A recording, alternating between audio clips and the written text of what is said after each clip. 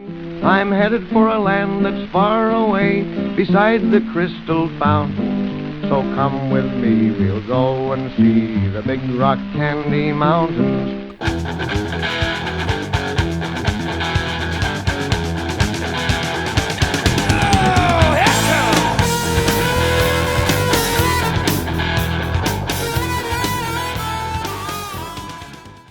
And we're on. This is the Great Classic Rock Debate. My name is Kenny.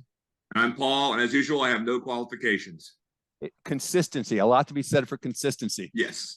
We talk anything and everything classic rock. Hopefully we keep it interesting. If you happen to be watching right now, please like, comment, and subscribe. Like, comment, and subscribe. That's how we build the channel. You know that. Paul, several weeks back, you mentioned, I think just sort of offhanded, you said, you know what would be a good topic? Best classic rock cover versions. And man, I've been pondering that one. And I said, that is actually, we probably can't even scratch the surface in 30 minutes, but that's okay. We'll at least get started. But let me intro it by telling you about my little bit of Google research. It turns out that if you Google best classic rock cover versions, what you get mostly, 90%, are rock songs covered by non-rock artists, okay? I mean, Miley Cyrus, unbeknownst to me, covers all kinds of different rock songs. I don't know if her versions are good or not. I'm not commenting on that. I'm just saying she's not a classic rock artist, you know? So what we're looking for are songs in their original state. They may or may not have been rock or classic rock songs, but they were covered by a band, an artist that turned it into a classic rock song. Also, let me just throw out, I mean, if you agree with this, you can tell me a couple of parameters. I'm going to use Joan Jett's song, I Love Rock and Roll, to illustrate my point here. It turns out that that is a cover song. Who knew, right? Oh, I didn't know that. Okay. I didn't know it either, okay? For me, it's not an interesting discussion if the original was an unknown song by an unknown artist, okay? And in that case, it was. So for me, it's interesting when the original song or the original artist, one or the other or both, is a known entity. So in other words, you know, the greatest example, I suppose, of all time is going to be the original Bob Dylan version of All Along the Watchtower. I mean, that song was a known entity, Bob Dylan, a known entity. What Hendrix did when he took it and quote unquote made it his own is breathtaking, is indescribable, right? So even though we can't necessarily live to that standard, but that's what we're looking for. songs that their existence was known and the artist was known, yet somebody else took it and then ran with it and did something different. Also, way back in week 1 or 2, whatever it was, when I nominated a couple of Blackfoot songs for our our classic rock playlist, I nominated a couple that were covers. And at the time that I first heard Blackfoot's version, I didn't even know they were covers. But one was I Got a Line on You, which was by Spirit, a known band from the late 60s and early 70s. And the other was the song Wishing Well by Free, also a band from the late 60s and early 70s. Oh, Rogers. And you can, correct, yeah. And you can debate, you know, whether the originals are better or the covers are better. It doesn't matter to me. But those are examples of what we're looking for. Songs where the original entity was known in one way or the other, and then the cover took it and sort of lifted it or did whatever. It's all open for debate. So in my Google research, I came up with quite a few songs here. I certainly want to invite you, because I know you've got ones on your brain, to go ahead and put those in too. So I'm going to throw it over to you to start with. What's on the top of your head as far as either the greatest classic rock cover ever, or at least somewhere in that upper echelon? You're going to kill me because I'm going to do exactly the opposite of what you just said. Okay, all right. Okay, we're of the age where you saw Schoolhouse Rock as a child on ABC, if I'm not mistaken. I did. So they did some stuff. And some of it was good because they put like conjunction, like. Oh, I remember. Yeah. They It put was like cute. things I mean, to music. So they did one that a really famous band covered. okay. Three is a magic number. And a band who I worship called Blind Melon covered it. And they absolutely knocked it's like the great, in my opinion, the greatest cover ever. Okay. But it's not a classic rock cover, but they turned this song, this little thing, it was like it's a whatever pop song into like a classic rock song. And you're like, almost Okay, but you are actually sort of staying within my parameters, because whether the original, okay, in this case, it's probably sort of an unknown song, but the final product is a classic rock song. But anyone our age will know this song. Okay. All right. 6, 9, 12, and they start doing the multiplication tables, but set the rock music. And you're like, why hasn't anybody else thought of doing that with all the multiple? You can have different songs. I'm still Blind Melon, whoever thought of that, like I was getting a massage, and the girl massaging with my friend, and I started like, hold on, this is Blind Melon. I could tell by the singer, right? And she's my mom, it is, and then she goes, I mean, she was younger. Said that's a Schoolhouse Rock song. Anyway, I was speechless, and then if I see it now, I even get teary eyed in it. It's just it's like the song is pretty cool. If you ever, I don't know I'll send it to you tonight. Okay, yeah, I've never heard it before. You know what? On a different episode, not tonight, we are going to have to discuss Blind Melon, though, because I know you talk about them a lot. I only know one song, okay? Yeah. And it's an okay song. It's been way too overplayed, but there's obviously something more to them than just that one song. So I'd like to explore that. A quick story. We went to see, I think, Soundgarden. Okay. Right. So Blind Melon's up. I don't want to hear that little, song. Right. Right. Right. Right. I get there, we're like in the third row, and all of a sudden I could hear the lights, and they're coming on the stage, and I'm telling you, I'm getting chills down there. All I could hear was so Shannon Hoon, the singer of Blind Melon, who's dead. He was right. He's wearing jeans, no shirt, no shoes. He's got really long hair, and all I could hear is go down. Every time I walk down this highway, he's singing Led Zeppelin. There's a song called "Out on the Tiles," last song of Led Zeppelin. Okay. And I was like, what in the hell is happening right now? I thought there's this little sissy band, and they come out playing Zeppelin, and it's loud and proud, man. They're just like, and I'm like, okay, they have me. Okay. But seconds into the concert, said, I'm theirs. Like I'm a fan now. And then that song, it's one of their songs. They wrote it. They're proud of it. But the rest of the album sounds completely different. Okay. And then another album, it just anyway. I digress. I'm sorry. Okay. Anyway, we'll save that for another day, but good discussion. Okay, so we're going to just go through a list of songs. Remember, most of this I got from Googling. These are songs. Well, let's alternate. You alternate. You go one, I'll go one. How about let's do that? Okay. All right. Sounds good. So I'm going to start with probably a predictable one. This is Nobody's Fault But Mine, Led Zeppelin. Of course, the original is Blind Willie Johnson. If you're not a blues fan, you may not even know who he is. But there are a lot of Led Zeppelin songs that we could have chosen. Exactly, that we could have chosen just like this. So again, I don't want to beat on that too long, but they did a lot of songs by blues artists. Of course, they completely transformed the songs. It was very difficult to compare and contrast, other than to say the original version was a old school blues song, and the Led Zeppelin version is a heavy blues rock, classic rock type of song. Okay, so let me go ahead and do one more, because I think this is a little. I know. Okay, this one is American Woman, original Guess Who, 1970, and the remake by Lenny Kravitz, probably around, I think, 2000 or something like that. Yeah, it sounds right. Give me your thoughts. Give me your thoughts on it. I'm like literally the biggest Guess Who fan, and that's I forgot the lead singer's name. Burton Cummings. Burton Cummings. Yeah. And Randy Bachman left that band to form BTO, Bachman Turner Overdrive. But yeah. I love Lenny Kravitz version didn't do anything for me. I didn't. I love Lenny Kravitz. I'm going to listen to his album today, believe it or not. Go ahead. Okay. Well, I'm so glad that you said what you said, because so many people I know and I've heard express, like, I really like the Lenny Kravitz version of that. And it's not that I dislike it or hate it, but for me, the comparison goes something like this. In 1970, oh, by the way, let me add this. Over the years, there's been so many discussions about the meaning of the song, and I'm not naive. I pretty much get it. But I know that people have come out and said, oh, it wasn't an anti-American thing at all. But I think it was. I mean, we were fighting in Vietnam, and the Canadians were pointing a finger and criticizing it.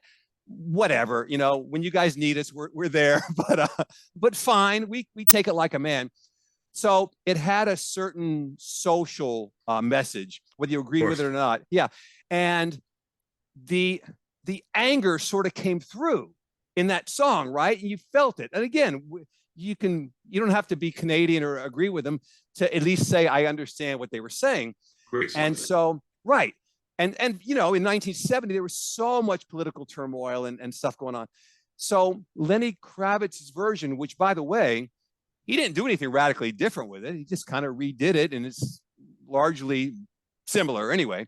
But it misses that whole thing with its meaning and its message. So for me, it's a pleasant cover, and that's the best I can say about it. But for me, better left alone. I think the original stands alone and definitive, and it doesn't need to be remade. I couldn't agree more. Okay. All right. Let's move on. What you got? Dreams I'll Never See. Oh my God. My God. Okay. Stop. Before you say another word. I couldn't believe that in all my Googling, that one didn't come up. I'm like, are you kidding me? What are we on Mars? So anyway, you go ahead, lead in, and then I'll join. Because hold on one second. Sorry, speaking German. Yeah, I think you, because you got me into, what's his name, Danny Joe Brown? Is that the guy? Yes. You and Bobby Sadek and God, the other guys. Scott MacArthur. Scott MacArthur, Scott Elmore. Yeah, you guys played the album. I said, this is pretty good. And then you said that from Molly Hatchet, right? Right. And I was like, okay. And then I listened to that song and I first did not like that song on the radio. I said, I am sick of this crap. But as I got older, Dreams I'll Never See. Yeah, I was like, wow. And then one day you and I were talking about this song, and I said something. You go, you know, that's a cover. I'm like, no, I don't know that. And I'm like, the Allman Brothers. I'm like, no. You're like, yes. Right. Oh, yes. Anyway, so then I take it from there. But that's my pick. Okay. So, I'm so glad you said that, because I was dying to get to it before we ran out of time tonight. So the original by the Allman Brothers, which by the way is a fantastic song. It is a good song. But this is an example of a band taking it and then running and doing their own thing with it, not just redoing it. So the original is very jazzy and very bluesy and very bluesy. And it's not a rocker. It's more, I hate to say laid back, it's not that, but it is. It's jazzy and bluesy, and it does not have a rock edge to it, okay? And it's a great song.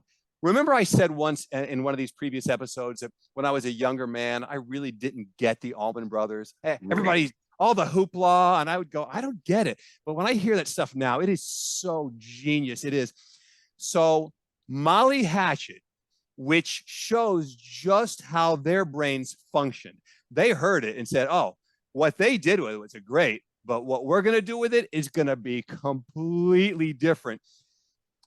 You have to think, you have to assume that in the 1970s, especially, for any rock band to cover the Allman Brothers, that's a ballsy move. That's something that the record executives are going to say, bad idea. You're going to get a lot of criticism for this. It's not going to live up to, and they did it, and man, hit it out of the park. That is one of the great, not just Southern rock anthems of all time, but it's one of the great classic rock anthems. You know, it really is. It's that good. Yeah, it's one of those songs. When you get older, you appreciate it more. Like I said, I did it first, and then it grew on me. And so that was my. All right, your turn to go next. Okay, but great choice. Okay, the next two are I don't know if they necessarily qualify as classic rock, but they're close enough that they'll still be included in the discussion. The first one is Girl, You'll Be a Woman Soon, Urge Overkill, who covered Neil Diamond. Neil Diamond, of course. Yes. Yeah. And the second one is Higher Ground, Red Hot Chili Peppers, who covered Stevie Wonder. Give me your thoughts on both of those. Girl, this is another thing. I could not stand Neil Diamond growing up. Okay. That's all right. No. He was playing on some country stations, believe it or not, because my dad listened to old country, and that's what I listened to. There you go. Okay. And as I got older, it's like a virus. The Neil Diamond virus that just gets up in your body and takes you over. Right. So You know, let me interrupt real quick. It's also important when you're thinking about discussing Neil Diamond to put him into the context of the time, because just like we talked about Elvis, how in 1955 what he was doing was nuts. It was so far out of the ordinary and out of the mainstream. Neil Diamond was sort of doing the same thing, not quite to the same degree, of course. He was originally writing songs, and he wrote a lot of hits for other artists, but he had that yearning to do this thing himself. And so he went from songwriter to performer. And just like you, when I was a younger person, especially a teenager, this was like old folks music. I listened to it. Yeah. And then over the last, 10 or 15 years, I really embraced him. And man, a lot of those songs, especially the 60s, before he became a balladeer, he was a rocker dude. He was. And this, for me, as far as Neil Diamond goes, was as good as it gets. Really good song. Couldn't agree more. A quick aside note, I think he did the second or third remake of the movie called The Jazz Singer. Correct. Yeah, he was, anyway, it doesn't matter. So Laurence Olivier played his father. He's going to be a cantor, a Jewish cantor, right? And then he just quit. Yeah. And as a matter of fact, I think that's the first movie that had sync dialogue sound. Oh, okay. Ever. Like 27, 28. And that movie, because they said before talkies, they're going to not work. They're going to be ugly. They're stupid. And then what happened when the talkies came, they took off, and every actor before who had a heavy German or French or accent, unless you were Peter Lorre or Marlene Dietrich, you were out of a job because you couldn't be understood. Okay. So anyway, Neil Diamond, So as far as Urge Overkill, what's your thoughts? I like their song. It's going up against it's a rat going up against a lion. Right. I like they didn't do anything radical differently. They just gave it probably a little extra rock edge, but didn't do anything radical to set it apart. So I don't dislike it. They hadn't done that, and that's why I give these bands some credit. A lot of kids would have never heard the first version of it unless they heard that. 100% true. You are so correct. Okay, Higher Ground, Red Hot Chili Peppers, originally done by Stevie Wonder. What's your thought? Oh, I think I'll give a slight edge to Stevie Wonder because number one, he's Stevie Wonder. Right. And Red Hot Chili Peppers, they're not really great with the covers. Guys, don't get mad at me, please. They did a cover of Love Roller Coaster by the Ohio Players. Right. Not good. It was below average. And Love Roller Coaster is one of the greatest songs ever. Right. Serious.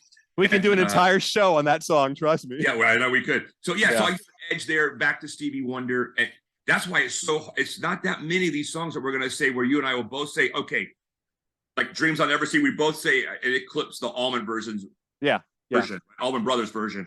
So this is these. I think the originals on both these are better. So what do you think?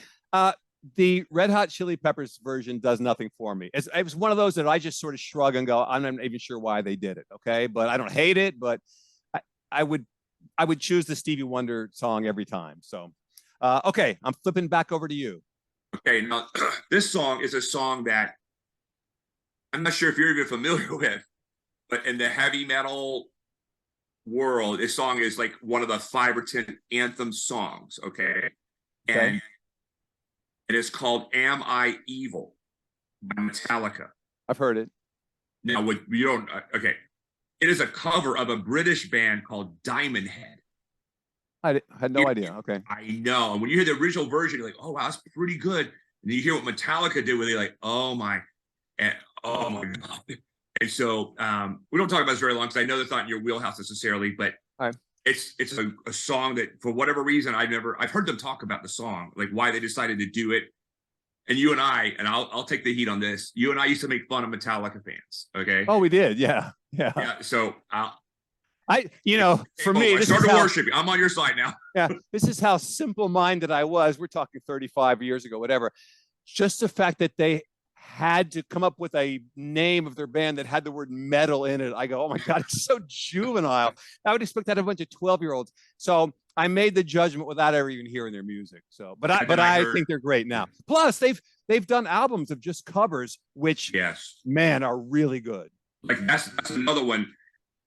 Their version of Turn the Page, in my opinion, is far superior to Bob's. It's really good. It's really good. Wow. Yeah. Because anyway, so that's all right. That's me. You go on. Okay. Next, we can keep this one short, I suppose. The song is Hurt by Johnny Cash, originally by 9 Inch Nails. Oh my God. I'm going to call it a tie because Johnny Cash is, legend, and Trent Reznor is getting to be a legend. You know what I'm saying? Like, true. Tell me what you think of this, because I like the 9 Inch Nails version way better. But for me, really? I do. But for me, if you watch the Johnny Cash video, so you're seeing him as he's singing it, it raises the level like by a factor of 1 billion. But just the audio itself, his doesn't come close to 9 Inch Nails for me. I think you brought up that's a brilliant thing you said, because I feel the same way about Vogue video by Madonna. Yeah. It's one of the top 5 videos ever shot. David Fincher shot it. Right. And it made me like the song 100 times more than I actually liked it. Right. And it's the same thing you just talked about. Yeah. Watching Johnny Cash, he's old, he doesn't have long to live, and the lyrics of that song are so relevant as he's singing, and you feel it. It's really, it makes the song really great. Plus, but the audio alone, 70-year-old Johnny Cash. Correct. Yeah. It's not a 35-year-old where he could just. Exactly. Yeah. But comparing just the audios, I like the 9 Inch Nails version way better. Okay. Anything further there? Okay. You want to go next? You want me to go? Yeah. I'll go next. We talked about this before. Riders on the Storm by Creed. Okay. Oh my God. I could listen to that song over and over and over. They had an album of covers of The Doors. Right. 2 albums, 2 songs stand out. This song, of course, I think it's better than the Doors song. But again, it's a slight issue, like we talked about before. The audio quality levels in the 60s were just dog poop. Right. Not the same. Right. If you could raise those levels up without the distortion, which they can't do because they can't go back in time. But Staff is his name, right? Something like that. Stapp. Yeah. S-T-A-P-P, I think. Yeah. Yeah, Stapp. It's mind blowing. And the other song is called Peace Frog. Okay. Have you know the song by The Doors? Yeah. Oh yeah. Yeah. Very famous song. And then this band called Smash Mouth covered it. And I had no idea. I think of them more as a pop rock band. Yeah, but they took that song and it's literally punching you in the face. And like the song before is talking about, the war and blood on the streets of America. And it's a very profound song. And anyway, those are my 2. So okay. All right, good enough. Here's where we're going next. I think that you and I will probably have a little bit of extra input here. I'm gonna throw you 2 songs. First one is "Blinded by the Light," Manfred Mann. It was done originally by Bruce Springsteen. And then the other one is "I Shot the Sheriff," Eric Clapton, done originally by Bob Marley. So go with either one of those and tell me what you think. What was the first one again? Blinded by the Light. Yeah, I can probably pass the lie detector. I've never heard Bruce Springsteen's version. Okay. Yeah. And I like that song. Me too. Yeah. It's a great song, and it's cool how they. And then now, what was the other song? God, I Shot the Sheriff, Eric Clapton, Bob Marley. Oh my God, it's like 2 titans. Right. His version is iconic, but so is Bob Marley. Right. I wouldn't even want to piss anybody off by saying one of those 2. 1 or 2 are better. I'm going to. Okay. I'm going to be honest with you. Kenny, not Paul. Right. I was about 13 or so. Okay. So this song by Clapton is all of a sudden everywhere on the radio. Everybody's buying it, and you can't get away. It's everywhere, and I'm shrugging, going, "Okay, I don't get it. It's what is this, like from Tombstone or something? I shot the sheriff." Okay, once I found out several years later that it was from a Jamaican artist, Yes. and he's writing it from the perspective of a guy living in the hills, not in the city, whatever. And the characters all of a sudden are Jamaicans, Sheriff John Brown or whatever. I go, oh, I kind of get it now. But for me, Clapton singing, I'm like, unless this song is coming from Dodge City or something, and Clapton's British. So I'm going, okay, this is from like a John Wayne Western. And it doesn't make sense to me. And I was never a fan. I never hated it, but I was never a fan of that song. To this day, I'm still not. So now shoot me, I'll take it. Now that you brought up a cover of Bruce Springsteen, there's a band called Rage Against the Machine. Of course. Okay. Yeah. And they did an album of covers, and they're really, and the whole album is really, really, really good of covers. Okay. They covered The Ghost of Tom Joad, which is by Bruce Springsteen. Right. You know who Tom Joad is? He was from the Grapes of Wrath. Yes, you killed good boy. Yeah. I have my moment. I'm very impressed. So it's if y'all haven't read this book, John Steinbeck, whose family was from Oklahoma, I think originally, and then during the fall, he moved across the U.S. Right. Just like a super famous man who you guys may not know, Woody Guthrie. Right. And Woody Guthrie moved. He was a musician, like by the time he was 2 years old. Yeah. Wrote and recorded all the songs he heard at these campfires that had been around for hundreds of years, but no one ever wrote them down. And then Woody Guthrie started writing these songs down. Back to Rage Against the Machine. And then they do another cover, which is Godlike, and it's called Renegades of Funk. Okay, who's the original? Mbata. Oh, okay, all right. First, Planet Rock. Planet Rock, yeah. He did that, and they did a song, Renegades of Funk. It's got the coolest lyrics ever. And like, you can't even buy this album. It's like $7,000 to buy it, like on eBay or Amazon. Anyway. Oh, wow. So that was like, you brought up Bruce Springsteen, and that triggered up the Ghost of Tom Joad. So, okay. All right, turn. Okay.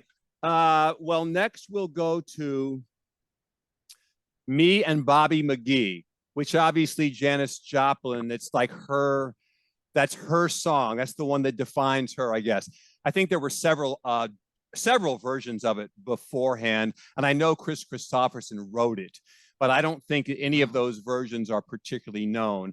Hers will live forever as the definitive version. Is this a song that you like, dislike? I love that song. But is there another version I don't know about, or?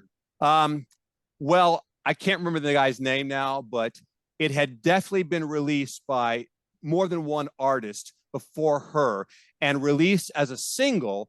And one of the artists' name, I forget now who it was, but it stood out because it was a country artist who I had heard of, but I don't remember now who it was, and I didn't write it down. So, but that's a cover. And Janis Joplin did a lot of covers. Piece of My Heart was a cover. I think most of her hits that you've heard of were covers. Okay, here's a great one. You Really Got Me by Van Halen covering the Kinks. Give me your thoughts. Oh, that's another one where I call it a tie, because I love the original version. Right. But the Eddie Van Halen version, of course, because it always goes into Eruption, always leads into it. Yeah. Right? Yeah. You're like when I first heard Eruption, I'm like, what? Is this what this sounds like that Charlie Daniels? This is what happened when the devil plays guitar. This is what it right. That's what I thought. This is the devil playing the guitar. That's a good one. And then Dave, they do good Kinks. They covered Where Have All the Good Times Gone by the Kinks. Oh, you're right. Yeah, what am I thinking? Yeah. They did that too. They did a great, and I think they wanted to cover Zeppelin, but Jimmy Page, those guys with buttholes that they didn't. They were real, like, it was very hard to cover Led Zeppelin back then. Right. So, all right, I got one. Okay, hold on one second. Let me give you my thoughts real quick on Van Halen. I'm sorry. That's okay. Plus, we just got our warning, so we're going to wrap it up soon. Okay, the original by the Kinks is a classic. And, you know, we had a discussion a month or two ago, whatever, how that could arguably be the first classic rock song because the date on it was 63 or 64, whatever it was. And anything before that that you even think of as rock was probably more pop. And this song was rock, buddy. Yeah, and it was hard rock, you know.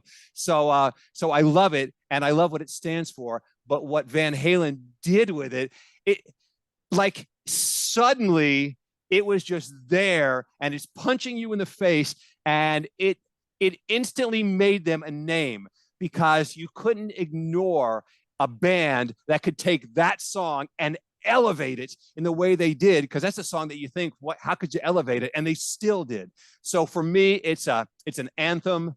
I love both versions. It's hard to call one better than the other, but they're both deserving of all the praise. I'll put it like that. Okay, give me one more, and then we got to wrap up. Okay, now this may not be classic rock, and you're going to say it's not classic rock, but it's okay. It's all right. Mad World.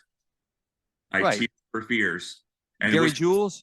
Gary Jules covered, of course, you all. If you haven't seen Donnie Darko, as soon as you turn the show off, get your butt to the television and watch it. Yeah.